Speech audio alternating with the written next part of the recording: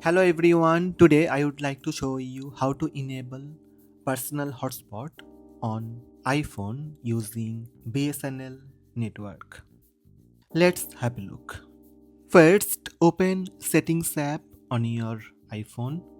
In iPhone settings, you will see personal hotspot not working for BSNL SIM card. Tap Mobile Service. Now scroll down and tap Mobile Data Network. Here you will see mobile data.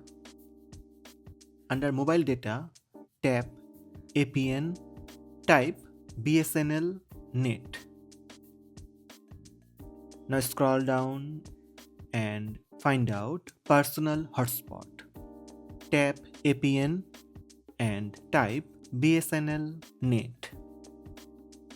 That's it. Go back and you will see personal hotspot appear under mobile data options.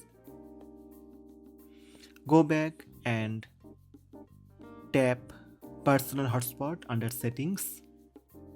Turn on allow other to join. If needed, you can set Wi-Fi password for personal hotspot.